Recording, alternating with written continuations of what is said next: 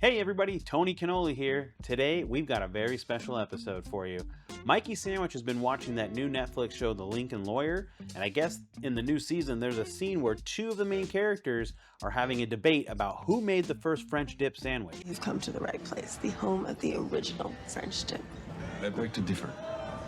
Excuse me? The original French dip would be Philippe's. Yeah, Cole's is just the imitator. Yes, but was that not created with pork, counselor? This episode sparked a father-son trip to LA where we went to try both of these iconic places, and maybe we might even figure out who made the first French dip. Stay tuned, we've got an episode full of history, good eats, and good laughs. Oh, I guess Mikey Sandwich is here. I gotta go change and go. Okay, I'm running late now. Okay, guys, let's here's some fun stuff. Check it out. Picture Los Angeles, 1908. While Hollywood was just finding its feet, another kind of drama was unfolding downtown. One that would spark feud lasting over 100 years. And at the center of this battle, not stars, not studios, but a sandwich. A seemingly simple creation that would become an LA legend. Two restaurants, Philippe's and Cole's, both claim they gave birth to this meaty masterpiece. But in a city built on stories, which one is telling the truth? Let's start with Philippe's, a culinary landmark whose tale begins, like many Hollywood scripts, with an accidental discovery. The year was 1908 when Philippe Mathieu opened his doors, but the sandwich that would make him famous wouldn't arrive for another decade. The story goes that in 1918, during a routine lunch service, Mathieu had his eureka moment. Whether serving to a policeman or a firefighter, Philippe accidentally dropped a sliced French roll into a pan of sizzling meat drippings. Rather than toss this mistake, he served it anyway. They returned the next day with friends, all clamoring for this dipped sandwich. The Martin brothers, Harry, Dave, and Frank, I could only find a picture of Frank, recognized a hit when they saw one. They purchased this budding sensation from Mathieu for a whopping $5,000. These hardy Kansans transformed Philippe's into a 24-hour operation that survived both the Great Depression and World War II, thus proving that a good sandwich is recession-proof. By 1951, Philippe's faced its own dramatic plot twist. The Hollywood Santa Ana 101 freeway was coming through, forcing the restaurant to relocate from its Aliso Street location. Now that street has seen its fair share of LA history, including a dramatic scene in 1948 when a train dramatically overshot its tracks and was left dangling over the street, creating one of the most iconic photographs of old Los Angeles, with Philippe's visible in the background. Shortly after this incident, the restaurant moved to its current home, but like any good LA story, Philippe's adapted and thrived, maintaining its character while the city transformed around it. As they say at the restaurant, only the prices have changed. Philippe's down here in downtown LA. I mean, literally on a corner. That's it's it. a corner restaurant, packed city. Oh, it's busy, You know, non-stop. I mean, there is a good idea to order online. Yeah, nobody was using the online ordering. So this is made how? I know they have like a bunch of different ways to do the so bread. you can choose different breads. Okay. But I chose the French roll because obviously that's probably what's a French dip. Right. And you can do beef dip, you can do lamb dip, you can do pork dip, you can do turkey dip, you can do pastrami dip, you can do all kinds of dips. Okay. You can do dip shit, whatever. And then, so you can do a normal dip, which is they just dip the top piece of bread. Double dip, you do dipping both pieces of bread, and you can get it wet, which is they just stick the entire roll in. Okay. Because what they do is they just line the inside of the bread with the dip. It doesn't go on the top. Oh, okay. So it's just the inside. Did you see him do it? Uh-huh. Oh, that would Yeah, have been I cool did. to see. We wanted to expand out into LA, and we thought, hey, Perfect timing. let's go check out the origins of a French dip sandwich. What the buzz is about. Why everybody is I like, this love- place, that place, I love sandwiches that have jus sauces and stuff I like that, so know. I'm looking forward to this. Well, I don't think we should really wait any longer. I All think right. we should just dig right in. So And what do we got here? We got a little flowery looking This thing. is a hard-boiled egg. Oh, it looks and like it's mochi. Pickled. Yeah, it looks like mochi, huh? So let's do this. Gonna get a little Crack that open. parched here. Oh, God, I can already feel it soaking through the bread. Are you ready? Oh man, I am ready. It claims to be the place that it was created. Right? You ready? You give him the background later. Bam. Bam. Let's do this. Oh Yeah. boy.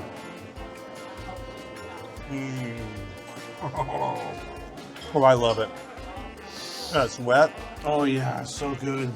Oh yeah, just wet the bread and make the juices. That's it. That's all you need, right?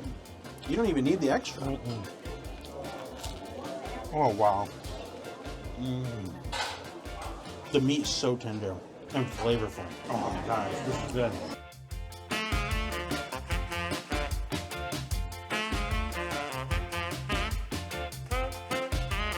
This is really good, guys. You know what this beef tastes like? It's like a really nice hearty roast. Yeah. Yeah. Yeah, Just no. marinated and simmered Yes. all day. And tender.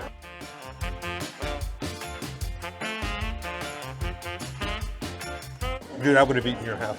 Oh yeah. Easy. I could eat a whole one of those. No problem. All right, I'm gonna taste this little egg thing. Yeah, me too. I don't know. Are you man. ready? Yeah. Bang. Bam. Oh, hot boiled egg. A little pickled, a little sour. Yeah, that's not bad. It's tasty. That was an amazingly good sandwich, dude. That was. It didn't last very long now, did it? No. Bam. Easy to eat.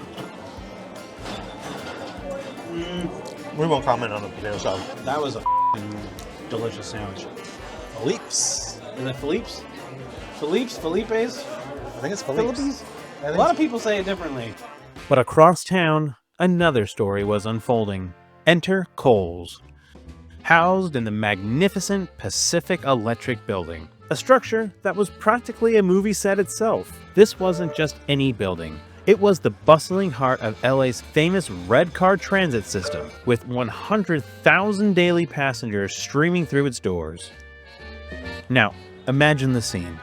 It's 1908, and amid the constant flow of humanity, Kohl's chef Jack Garlinghouse allegedly creates his own version of the French dip. No accident here. This was a deliberate innovation crafted for a customer with sensitive gums, they say. And their timeline raises eyebrows.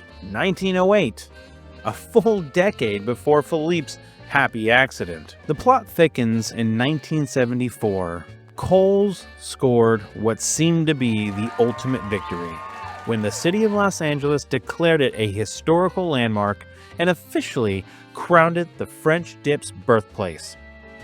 Case closed?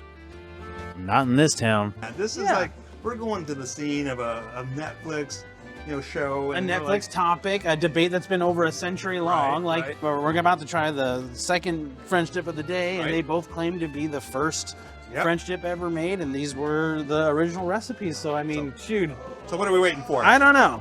So here we go. Ooh, the bread's already crispy. I can feel it. Man, this. Oh, hefty- and there's this is cheese hefty. on both sides. This is really guys. hefty.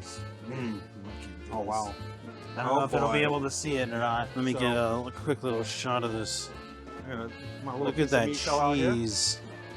All right. You ready, dude? Well, we got to dip it first, right? All right, Tony Cannoli. Let's dip it first. Kohl's, here we go. Bam.